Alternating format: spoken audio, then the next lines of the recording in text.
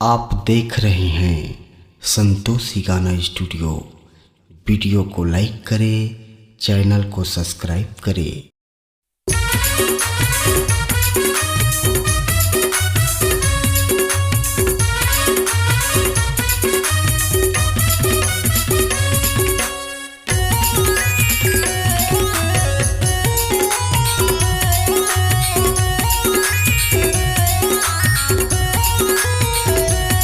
खुले आम लाई मारत है, आना चुम्मा ले ले कहत है।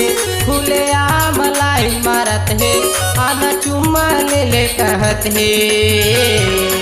तिम कैसे जावा टूरी के जीवरा धाक धाक करत है। तिम कैसे जावा टूरी के जीवरा धाक धाक करत है। खुले आम लाई मारत है, आना चुम्मा ले ले कहत है। खुले आम लाई मारत है, आना चुम्मा ले ले कहत है।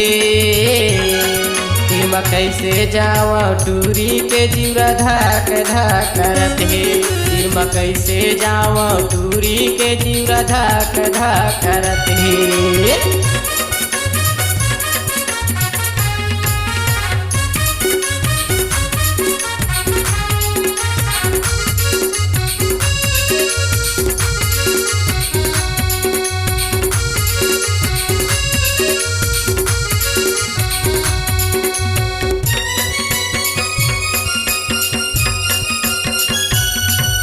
सोलह सत्रह के चढ़ती जवानी घेरी बेरी अखियावत है। 16-17 के चढ़ती जवानी घेरी बेरी अखियावत है। चुम्मा ले ले आना कई के तीर मोला बलावत है। चुम्मा ले ले आना कई के तीर मोला बलावत है। पर बस्तिल नहीं डरत है, आना चुम्मा ले ले कहत है। पर बस्तिल नहीं डरत है, आना चुम्मा ले ले कहत है। तिम कैसे जावा टूरी के जीवरा धाक धाक करत है। तिम कैसे जावा टूरी के जीवरा धाक धाक करत है।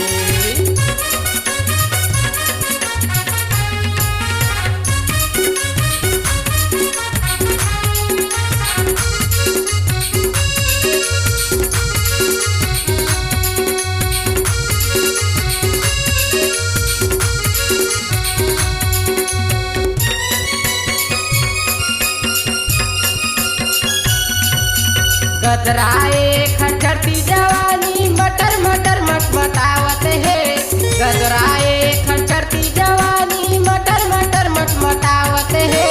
तीर माथो किन आना कह के टूरी मोला बलावत है। तीर माथो किन आना कह के टूरी मोला बलावत है। भाई ददल नहीं डरत है, आना चुम्मा ले ले कहत है। भाई ददल नहीं डरत है, आना चुम्मा ले ले कहत है। तिम कैसे जावा टूरी के जीवरा धाक धाक करत है। तिम कैसे जावा टूरी के जीवरा धाक धाक करत है। जीवरा धाक धाक करत है। जीवरा धाक धाक करत है। जीवरा धाक धाक करत है।